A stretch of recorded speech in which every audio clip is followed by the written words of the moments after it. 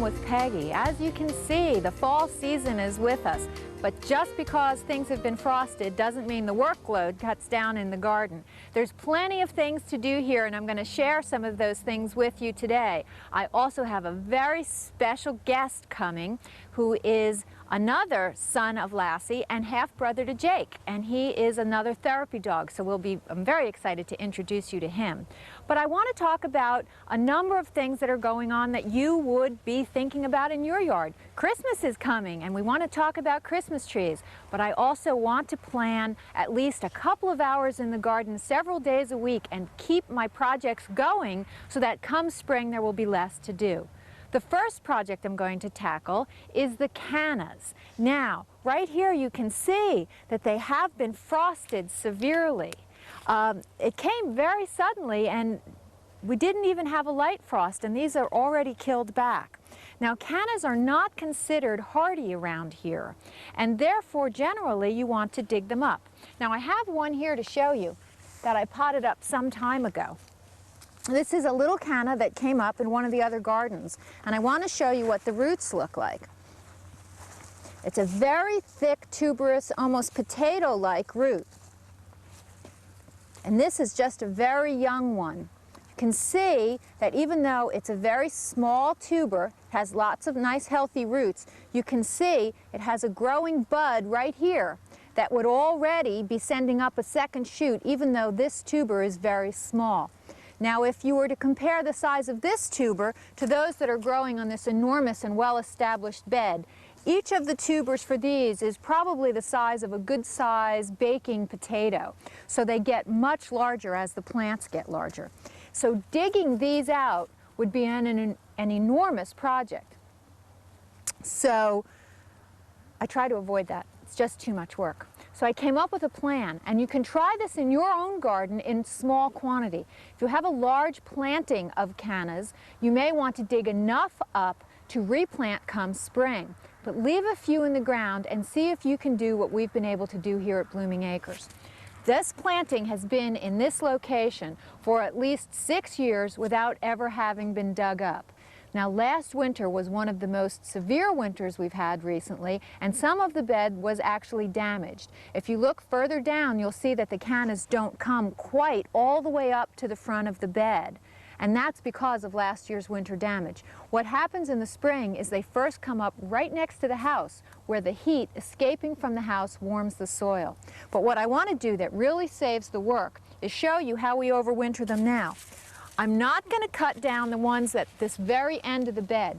If you look to the right of this bed, there's a small camellia there. Again, another not hardy plant. And the cannas actually protect it from the wind, so we're going to leave the end ones up. But if you cut these down, starting, say, here, and just lay them down, what this does is create its own mulch. And when they've all been cut down, they pile up a good 6 inches high and act as a mulch to protect the ground over the winter.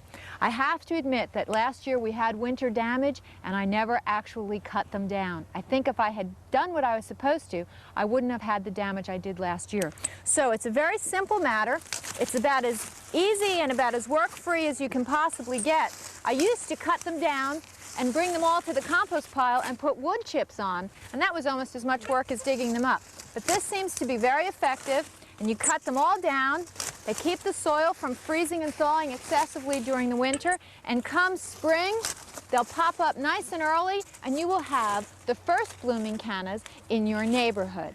Now, if it doesn't work, replant the ones that you saved, and then you'll know. You're going to have to dig them up every year, but with a little luck, this is a real work-saving idea. So, get out there with your clippers and get to work.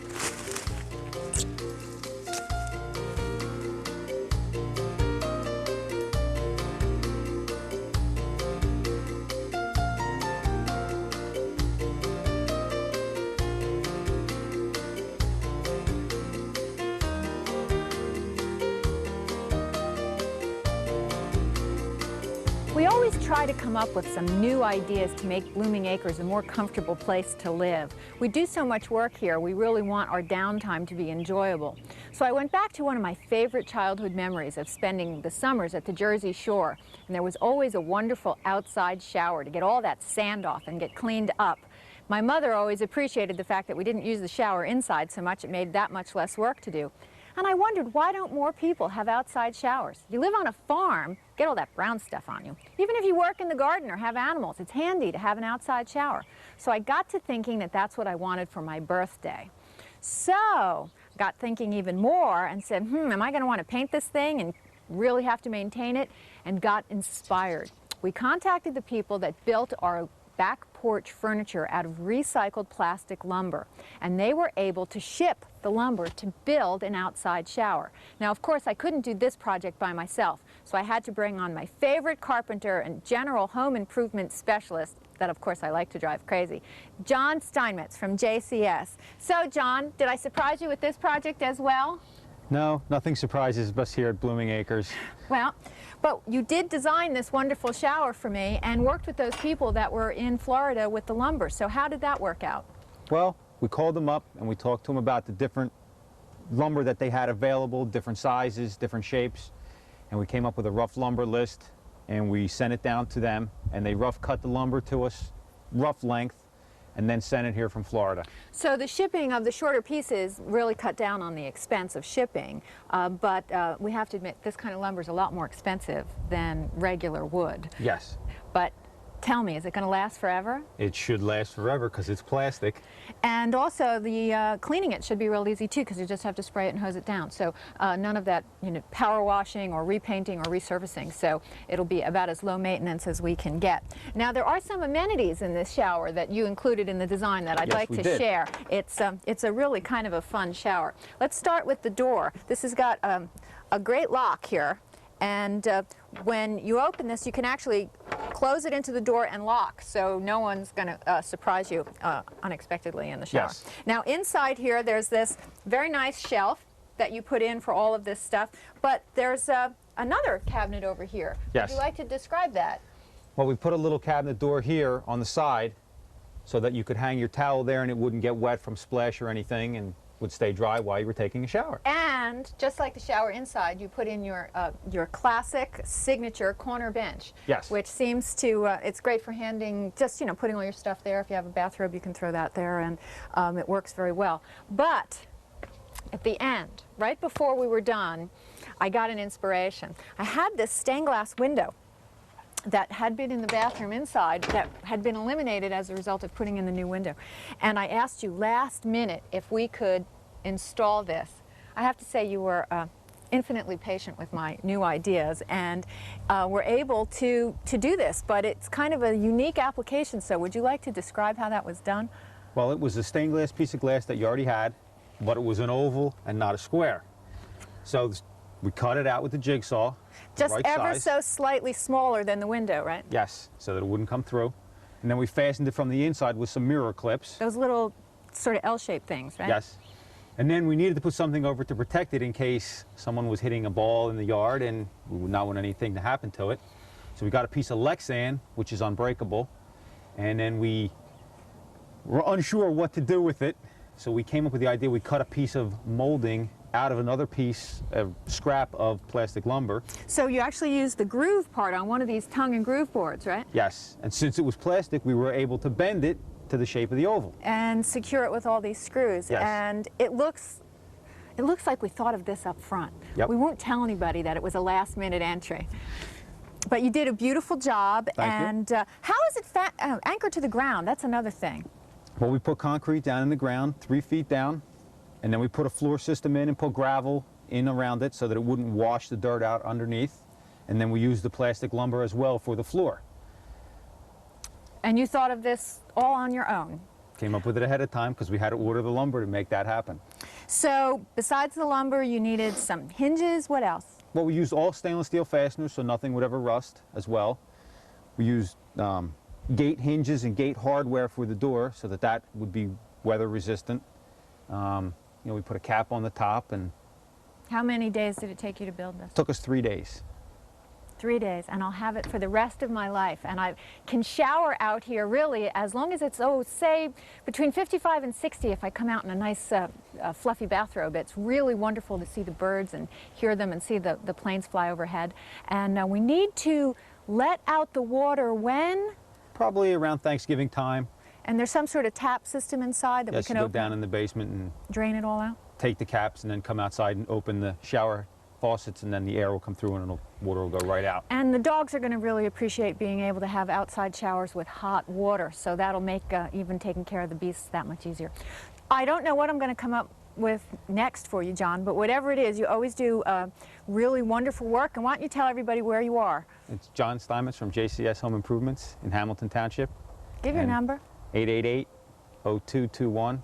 And whatever you come up with, I'm sure we can always take care of, as Peggy always keeps us challenged. Okay, thanks for joining us, John. You're welcome.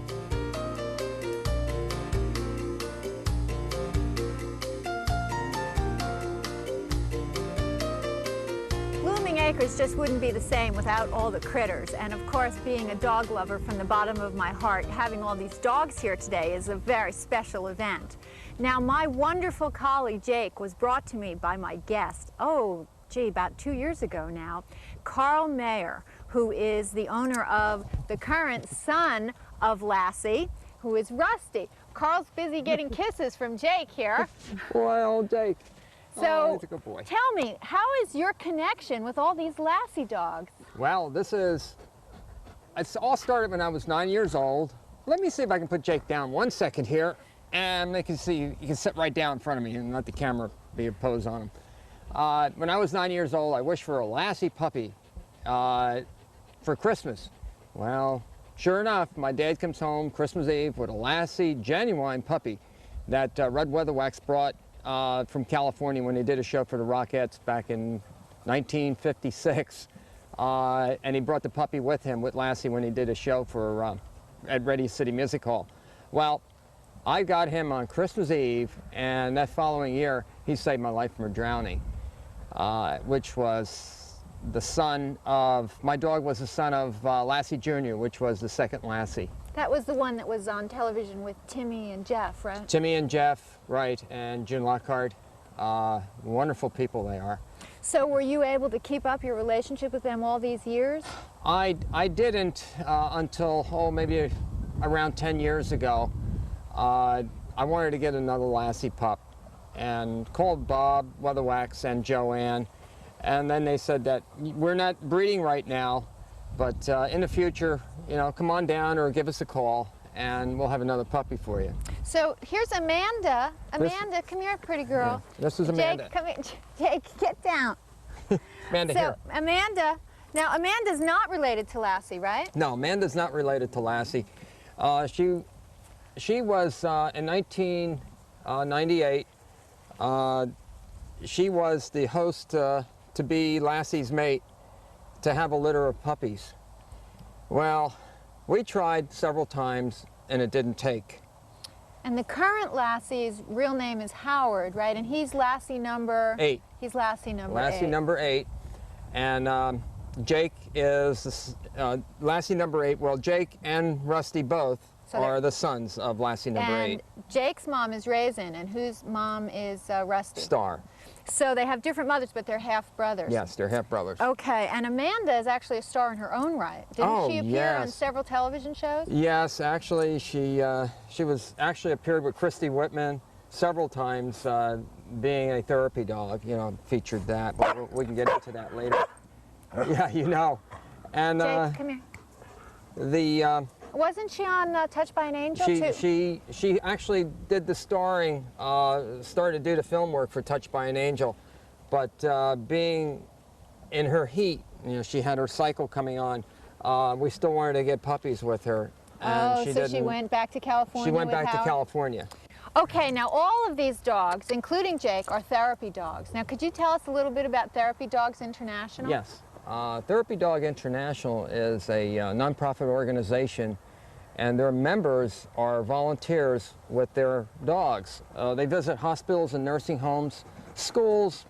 They go in parades. They're certified certification with evaluators that do the testing.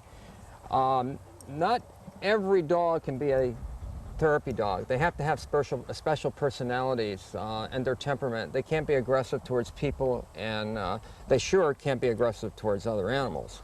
Well, Jake has made his second visit this week at a local nursing home, so he's doing well with that. Oh, he's great. But all of your dogs are therapy dogs, isn't that yes, right? They have to be a year old before they can be tested to do this type of work. Jake has a little tag. Yes, he should have a yellow tag saying, "I am a therapy dog" by Therapy Dog International. Right here, it says, "I am a therapy dog." Yes. Now, you brought something very special for Rusty. Now, the ultimate therapy dog here. Could you talk a little bit about this? And let's show the audience what you brought here. Well, Rusty is the American Red Cross dog. The one yes, and only yes, one. Yes. He is a service dog. They consider him the service dog for the American Red Cross. And he wears this when he goes into where the disasters So has he been in New York City? Yes, he's been in New York. He's also been into Liberty State Park with a lot of the rescue workers and met several of the families, the victim families. Very, very heartwarming. And just wonderful the way he comes up to people. They liked him so much, that's why they did decide they want to make him the Red Cross dog. We'll probably be in Washington, D.C. at the Red Cross Center. So, Carl, if someone wanted to find out about therapy dogs or more about Lassie, would they be able to reach you? Sure, or they could reach Therapy Dog International. And they have a website, don't they? They have a website, and it's actually the Therapy Dog International. Their home office is in New Jersey, and it's called Therapy Dog International Incorporated, 88 Bartley Road, B-A-R-T-L-E-Y Road, and that's in Flanders, New Jersey, 07836. And our website, everything is on the website that you need to know if somebody wants to get involved in therapy work. There's no certain age limit either. You could be 10 years old. You don't even have to have a dog. You can be a member, and you can be tested with a member's dog if they so be. The website is www.tdi-dog.org. Carl, I will be forever grateful for you bringing me Jake when he was just a 5-month-old puppy, but I'm sure the rest of the world appreciates all the work that you've done with therapy dogs and with the Red Cross. So thanks so much for joining us today, and I'm sure we'll be seeing you around lots and lots at all of these places. Well, I'll tell you, it's very rewarding. Well, and, never separate a man from his dog, is that right? No, and seeing Jake again, I tell you, seeing the two pups, actually they're big pups, and just amazing when you see these two guys. And I hope we can get together someday and go to a facility. Oh, that would be wonderful. The two together, Sure. That would be great. Sure. So thanks for joining us today. You're welcome. Thank you.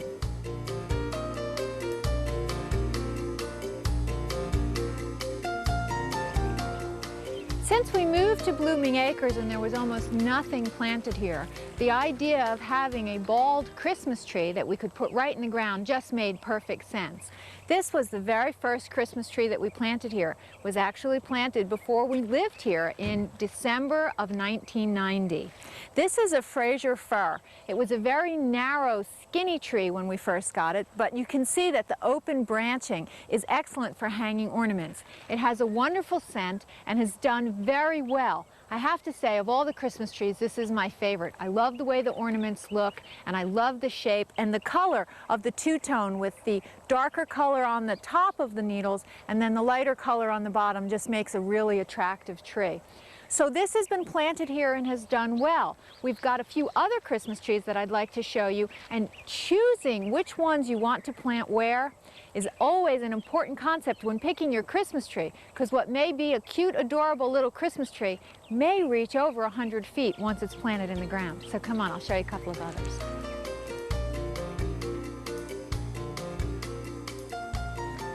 Tommy's favorite Christmas tree is the white pine, which he remembers from his childhood as a poofy Christmas tree. And you can see it is very fluffy and open, and the soft needles are nice and long and graceful. I really like white pines out in the field. I think they're a really beautiful tree. As a Christmas tree though, I think the ornaments tend to slip off and crash to the ground.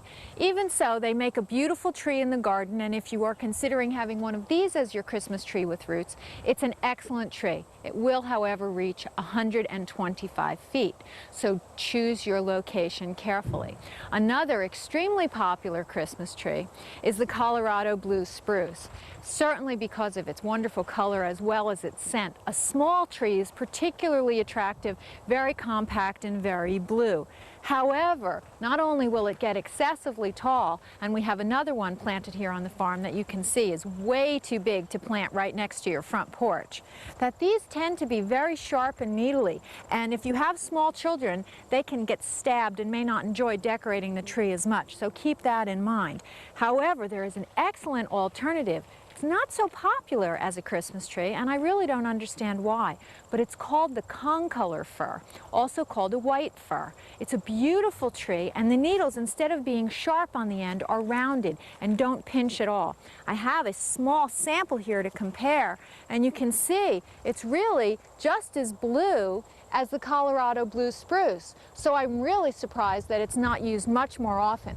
I have to admit that the reason is probably because it's a little harder for it to adapt to the garden once it's been balled and used as a Christmas tree. The success rate of planting may not be quite as high, so that would be a good reason. But it is an excellent, beautifully shaped tree, and so wonderful inside because it has that excellent scent. Now, when you're finished looking at all of these well-established planted Christmas trees, I want to go visit Giamarese Farms, an excellent place for fresh cut trees. That's a local farmer that you'll enjoy visiting for lots of reasons.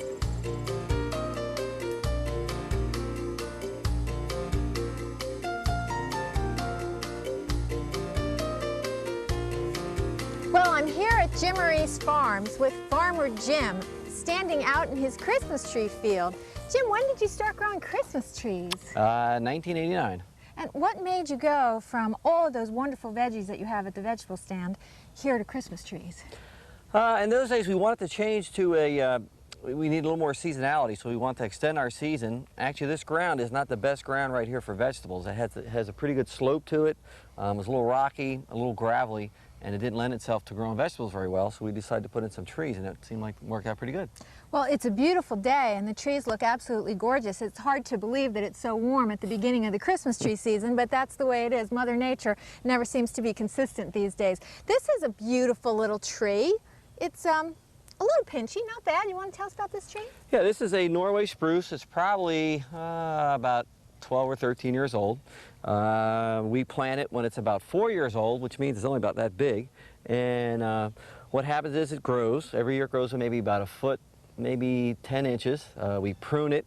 It'll grow a foot high. Okay, Jim, so this shape, you helped it a little bit. Oh, definitely. Every one of these trees out here gets pruned once a year. And I do that after the Christmas season. We shape them up, and they'll grow maybe 3 or 4 inches wider and maybe about 8 or 10 inches taller. Now over here is a beautiful tree, and this is really, it's a mean tree. That's a tough tree. It's a tough tree. People love this tree. This is a Colorado blue spruce. It is great if you have a cat who loves to climb it, because the minute they go near it, they'll get pinched or stuck by it. No cat's going to climb this tree, right? They're too smart for that. Exactly, and it might be a little bit, around kids, it would be a little bit sharp, but they would definitely learn rather quickly. Well, you know what I really like instead of this tree? I mean, this is a beautiful tree, but for those reasons with kids, since, you know, I have a couple of little ones myself, I really like the Concolor fir. That's so much softer, and we have one at Blooming Acres that we planted after Christmas, and it also has a beautiful shape, but some of them are just as blue as the bluest blue spruce. And actually they're a great tree. They have a great fragrance. They have great needle retention. They are a little less dense, but they have longer needles, and they hold up very well. Okay, now this is a blue spruce right here, but weren't you saying that this little guy here is a blue spruce that's not quite so blue? You want to tell me about that? Yeah, what usually happens with a blue spruce is they're not real true to their colors, whereas a Norway is always that one shade of green. Blue spruce, I believe, was a derivative out of other spruce, and some just have more of a bluish color. If you look deep into this tree, you'll see it's a little bit darker green inside. And sometimes as they age, as they get to be about 8 or 10 years old, like that tree, the blue will come out on it, you know, and it just really, you know, is attractive. So people come here, and how do they get their tree? How do they get their tree? We have two options. Some people come the day after Thanksgiving or right up really till Christmas, and they tag a tree. Put some sort of ribbony thing on it? Well, we have a system out here. It's on a graph system. It's lettered and numbered. If you remember the old algebra, you know, on the axis, the X and the Y. Yeah, a little bit. So we keep it marked and tagged. Right. Somehow? So what we do is you have a code, we mark the location. This tree, say, would be row M, tree 13, and we know that tree and that location. So what we'll do is, if we come out here and somebody else, sometimes people will decide to take the tag off another customer because they like that tree, which means they're going to steal it. 9 times out of 10, we catch it and in our system, and we'll say, "I'm sorry, the tree's already taken. Maybe the tag blew off." And basically, you know, we lose 1 or 2 a year that way, but it pretty much guarantees that you'll get the tree that you tag. Now somebody got this tree. Right, Look. somebody got that tree last year. Okay, this was last year, but here's a little guy already. When did that one go in? Okay, well, some guys do it this way, some people don't. Some people will cut the whole field out and then come back. But because land is expensive and we have to keep things growing, we move over about 6 inches. We have a spade that we use to open the soil up, and we plant another little baby tree back in its place. This guy's probably 2 to 3 years old, and basically it's a replacement for that. By the time this tree gets big enough to cut, this stump will be gone. It'll be all rotted. So do people come and cut their trees themselves, or do you cut them for them? We usually cut them for them because it's just sometimes of liability, and they might cut their hands. But if they really, really, really want to do it, we'll let them do it.